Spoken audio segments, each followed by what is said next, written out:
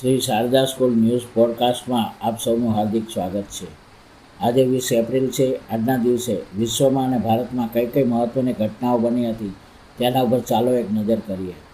આજના દિવસે વર્ષ 1954માં ભારતીય સિનેમાના પ્રણેતા બાબુરાવ પેઇન્ટરનું નિધન થયું હતું.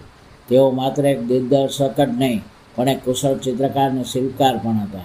તેમણે મહારાષ્ટ્રમાં ફિલ્મ ઉદ્યોગનો પાયો નાખવામાં ખૂબ મહત્ત્વની ભૂમિકા ભજવી હતી. વર્ષ 1925માં આજના દિવસે મહાન કવિ રવિન્દ્રનાથ ટાગોરના મોટાભાઈ જ્યોતિરિન્દ્રનાથ ટાગોરનું નિધન થયું હતું. તેઓ પોતે એક શ્રેષ્ઠ નાટ્યકાર, સંગીતકાર અને સંપાદક હતા. શાંતિ નિકેતનના વિકાસમાં અને બંગાળી નવજાગરણમાં તેમનું અમૂલ્ય યોગદાન છે.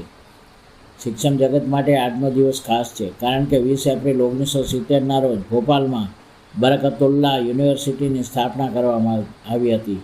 આ યુનિવર્સિટીએ હજારો વિદ્યાર્થીઓના ભવિષ્યને ઘડવામાં મહત્ત્વનો ફાળો આપ્યો છે.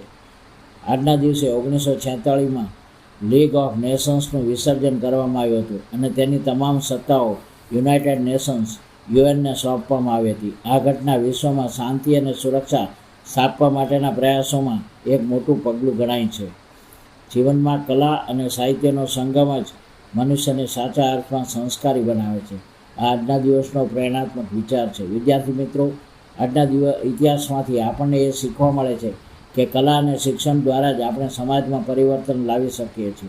તો ચાલો આપણે પણ આપણી અંદર રહેલી કલાને ઓળખીએ અને શિક્ષણનો સાચો ઉપયોગ કરીએ.